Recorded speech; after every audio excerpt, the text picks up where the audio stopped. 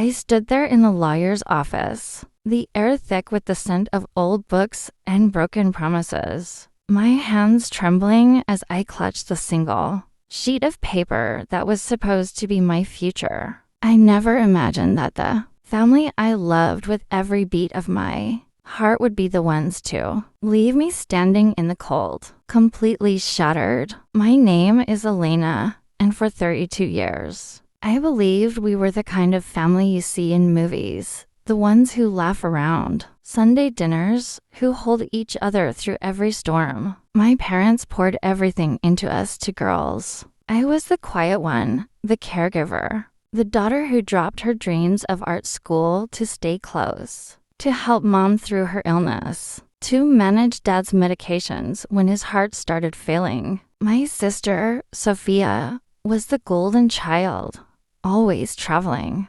always chasing the spotlight, rarely calling unless she needed money. But blood is blood, right? I told myself that when mom passed first, then dad just 11 months later. The grief nearly swallowed me whole. I spent weeks sorting through their things, crying over old photos, whispering goodbye to the only home I had ever known. The house, our beautiful family home with the rose garden Mom loved, was supposed to be a shared memory. At least that's what they always said. Then came the reading of the will. The lawyer's voice was flat, almost clinical. To my daughter Sophia, I leave the family home, all properties, the investments, and the entirety of our visible estate. I waited for my name. I waited for something, anything. A single line that said I mattered too. But there was nothing. Not even a piece of jewelry or a sentimental keepsake.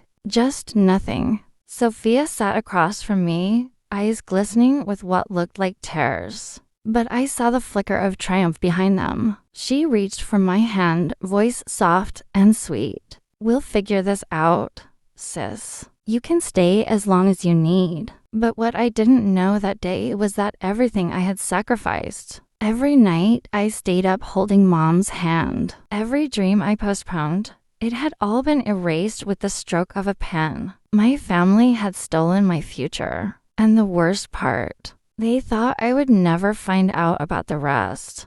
The days after the will reading blurred into a fog of disbelief and pain. I moved out of the family home within weeks because Sophia made it clear, in her gentle but firm way, that she needed space to grieve. Properly, I rented a tiny apartment. With what little savings I had left, friends told me to fight it, to contest the will. But I was too broken. They loved you. I kept telling myself, this must be some mistake, until the first clue appeared, while clearing out the last of Dad's old filing cabinets that Sophia had asked me to handle. I found a small, worn notebook hidden behind tax documents, pages of numbers, dates, and coded entries. At first, I thought it was nothing. Then I noticed transfers, large ones, to offshore accounts. $27 million hidden, carefully tucked away over decades in trusts and investments. My parents never mentioned to anyone but Sophia. She knew. She had always known. The betrayal cut deeper than anything I had ever felt. It wasn't just about money. It was the realization that while I was giving up my life to care for them, they were planning to leave me with scraps. Sophia had convinced them I was too emotional to handle wealth, that I would waste it on silly dreams. She had poisoned the well slowly, year after year, until I was written out entirely. When I confronted her, the mask finally slipped. You think you deserve half? She hissed over the phone. You were always the martyr, Elena, always needing to be needed. Mom and Dad wanted me to have stability. You would have just given it away. Her words destroyed what was left of my heart. I cried for days. I stopped eating. I questioned every memory, every hug, every I love you. The sister I had protected, the parents I had worshipped, they had chosen her. I felt invisible, worthless, utterly alone. But in the depths of that darkness, something shifted. A quiet fire began to burn. I stopped begging. I stopped hoping for apologies that would never come. I hired a forensic accountant with the last of my savings. I pored over documents late into the night. Every piece of evidence I found felt like another knife, but also like strength returning to my veins. I was no longer the broken daughter. I was becoming the woman they never expected me to be.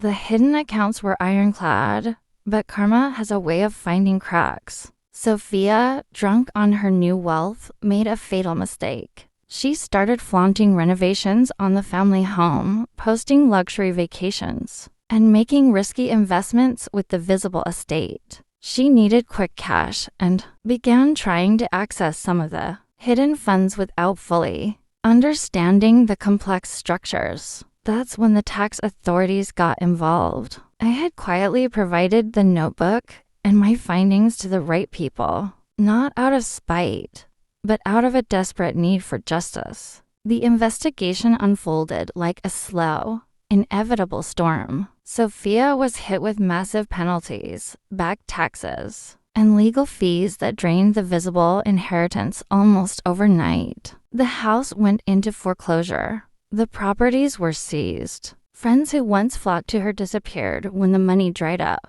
I didn't gloat. When she called me in tears, begging for help, I simply said, "I gave you everything I had when it mattered. You chose this path." In the end, the courts recognized the hidden assets as part of the estate. After years of legal battle, a portion was rightfully restored to me. Not all, but enough to rebuild my life and finally chase the dreams I had buried. I bought a small cottage by the sea, started my art studio, and surrounded myself with people who truly see me. Looking back now, I don't hate them. The pain taught me something priceless. Family is not blood. It's the people who choose you when it costs them nothing. And sometimes the greatest revenge isn't destruction.